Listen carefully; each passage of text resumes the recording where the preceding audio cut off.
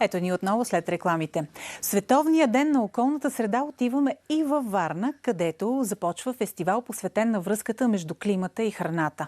Целта е по-отговорно отношение към хранителните ресурси и опазването на околната среда. Дани Цекова е сега там. Дани, здравей отново. Здравейте! Намираме се на входа на морската градина. Мотото на събитието днес е "Готви с ум, пести с вкус". Много им беше странно, че 60% от хората според проучване не осъзнават, че хранителните отпадъци допринасят за климатичните промени. И още нещо. 40% от нас не гледат срока на годност на храната, а се доверяват само на нейния външен вид. Това малко ми напомня един такъв варненски израз как се познава рибата, но това ще говорим друг път. Пак така на око. Сега ето ги хората, с които ще говорим тук. Много интересно. Здравейте!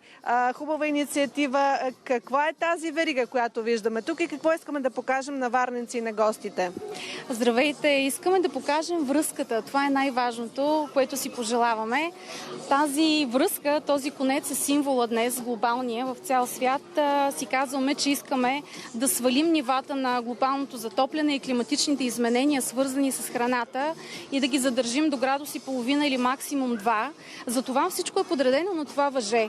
А причината, поради която сме наредили всичките тези картинки, е да обясним на хората следното, че 1/5 от всички въглеродни емисии се дължат на изхвърлената храна и че всеки един от нас, всеки един ден, поне по 3-4 пъти на ден, може да направи нещо, за да промени картината. Кажете, представете се за нас вие. Сабина Максимова от Екоклъстер България, заедно с организаторите от Биомрежа правим Replay фестивал, т.е. да използваме, да не хвърляме. Много различни са игрите тук. Виждаме, примерно, сортирай храната, игра срок на годност, вашата верига. Какво още искаме да покажем днес? Какво още ще се покаже на тези щандове, които виждаме? Ще покажем как може да се съхранява храната по най-ефективният начин, за да не се изхвърли, как правилно да се чете срокът на годност, защото една от основните причини да изхвърляме храна всъщност е недоразбирането за правилния срок на годност, за това, че пазаруваме много повече храна, отколкото ни трябва. Ще помогнем на хората да разберат как да се справят с планирането на храната, така че да не я изхвърлят, защото, както тази верига показва, когато изхвърлим нашата храна от вкъщи, ние изхвърляме хладилна енергия, топлинна енергия, енергия за производство, енергия за транспорт, гориво за транспорт. Цялата енергия, която е била в магазина за съхранението на храната, минаваме през опаковките, за които се използва 4% от цялата пластмаса, която имаме. Добре, сега разбрахме, наистина това е супер интересно. Наталия, елат при нас. Кажи, ти си наш приятел от много време. Какво е твоето участие тук? Какво искаш да покажеш отново? Много се радвам, че сте тук по време на фестивала, за да можем да разкажем на всички зрители.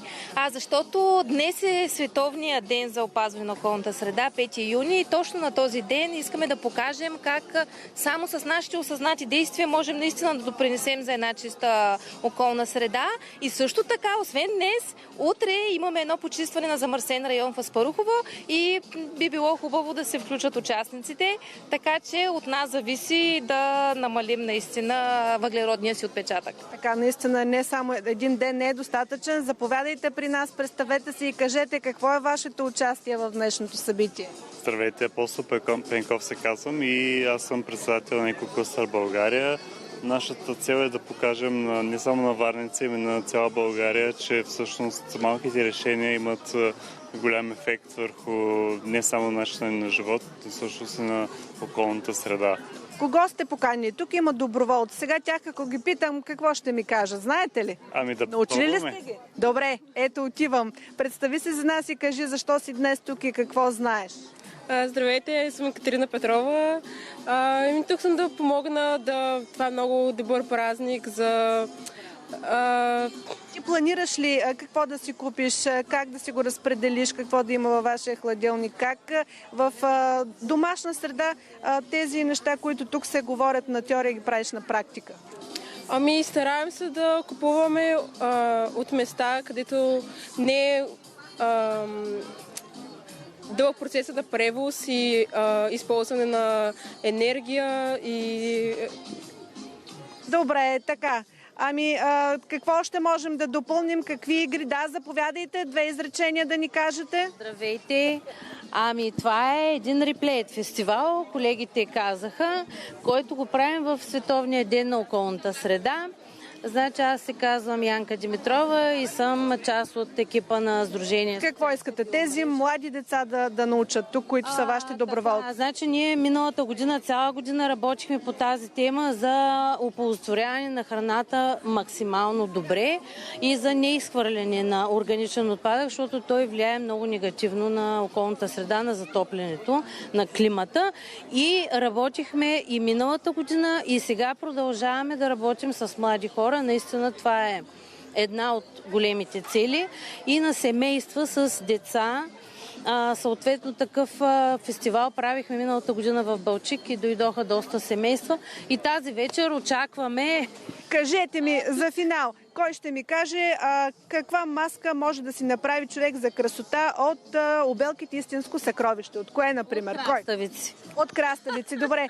Мариана, така завършваме. Тази вечер всички може да си направим по една маска на очите от краставици, за да сме свежи за понеделник. Деси. Разбира се, Дани, така е. И аз трябва да ти кажа, че непрекъснато мама Царство и Небесно ми казваше: каквото готвиш, с това си правиш маска. Тоест, нали, каквото готвиш, краставица, домат, всичко може. Това е една женска тайна, ти издавам. Благодаря ти.